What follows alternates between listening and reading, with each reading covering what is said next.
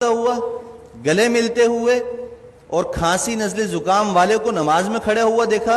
नमाज यहां से छोड़कर मस्जिद से उसको मैं बाहर निकाल कर फिर नमाज पढ़ाऊंगा, वरना नमाज नहीं पढ़ाऊंगा।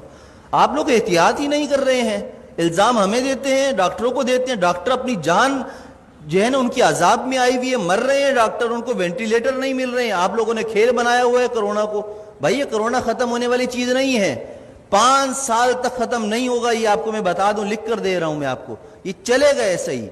जब आप सब्जी की दुकान पर जा सकते हैं, आप सुपर मार्केट जा सकते हैं, आप मस्जिद भी आए, जुम्मा पढ़ें, नमाज पढ़ें, डिस्टेंस खत्म करें, नमाज के फौरन बाद डिस्टेंस पैदा कर लें। सुन्नत नफिल पढ़नी है, पीछे चले जाएं, जगह बदल लें, उसी जगह पर नमाज ना पढ़े दोबारा। ये एक काम तो ये करें। हाथ ना मिलाएं, मास्क का इस्तेमाल लाजमी करें, हर कोई अपने पास रखे, बाहर से लगा कर आए। नमाज पढ़ते हुए अगर किसी को उतारना है तो उतार ले, लेकिन नमाज से पहले या नमाज के बाद अगर आपस में सामने खड़े हुए बात करने हैं, बगैर मास्क के कोई बात नहीं करेगा।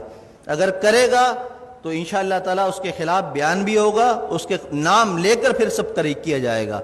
इज्जत बहुत हो गई है, आप लोगों ने मुझे बेइज्जत कर करके तंग करके रख दिया है। अब नहीं, अब मैं आपको बेइज्जत नहीं करूंगा, अब मैं आपको सिखाऊंगा दीन पर अमल कैसे होता है और ये हुकूमती अहकामात पर अमल कैसे होता है, ये हमें भी आता है कराना।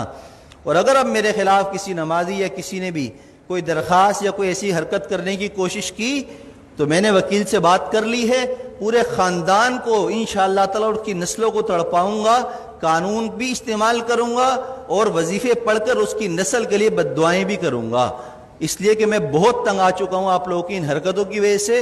3 महीने हो गए मुझे बर्दाश्त करते हुए, बदएहतियाती खत्म करने का नाम कोई नहीं ले रहा। बस टाइम पर टक टक टक टक अजान, टक टक टक टक अजान। अबे परहेज तो करो, जो डॉक्टर कह रहे हैं वो तो करो, जो उलमा कह रहे हैं वो तो करो।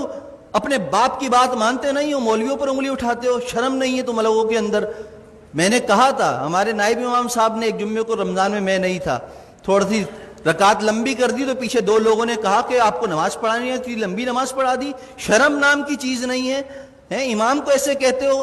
पूरा जिंदगी जिसने कुरान पढ़ने में, इल्म हासिल करने में लगा दी, तुम्हारी नमाज पढ़ाता है, उसको तुम कहते हो नमाज पढ़ानी नहीं आती? तुम्हें तो तहारत और गुस्ल नहीं आता, कैसे पेशाब करने के बाद कतरे पाक करते हैं उसका तरीका तुम्हें नहीं आता, पानी ना हो तो मौलवियों को सिखाते हो, इमामों को सिखाते हो। खुदा के लिए हाथ जोड़कर मैं कह रहा हूं, मैं वजीर आला नहीं हूं कि करप्शन करके हाथ जोड़ रहा हूं आपके सामने। मैं इमाम हूं, मेरा किरदार आपके सामने है। 7 साल हो गए, मेरी सारी नमाजें, सब कुछ। किसी नमाज में अगर मैं नहीं हूं तो उसकी कोई ना कोई शरई उज़र होता है मेरे पास, लेकिन वो उज़र पेश करना मेरा आपके सामने नहीं है, मैं आपके सामने पेश करूं, अल्लाह के सामने पेश कर देता हूं। मेरा दिल साफ है, मुझे जरूरत नहीं है अपनी सफाइयां देने की। लेकिन एहतियात कीजिए, अमल कीजिए। जुम्मे की नमाज भी मिलकर खड़े होकर पढ़िए और फौरन जुदा हो जाइए, दूर खड़े होकर सुन्नतें पढ़िए। और असर की नमाज से मास्क का एहतमाम कीजिए, जेब में रख कर लाइए, पहन कर लाइए। बात करनी हो मास्क लगा कर पहनिए। मुझसे मसला पूछना हो 1 फीट दूर बैठकर मुझसे मसला पूछिए। हाथ और मिलाने की और मुझे खैर खैरियत लेने की आपको ज़रूरत नहीं। अल्हम्दुलिल्लाह मैं खैरियत से हूँ। अल्लाह हम सबको दीन की समझ और अमल की तौफीक अता फरमाए। मेरी बातें किसी को बुरी लगी हों तो पेश की माजरत है, माजरत माजरत। जज़ाकल्लाहु खैर।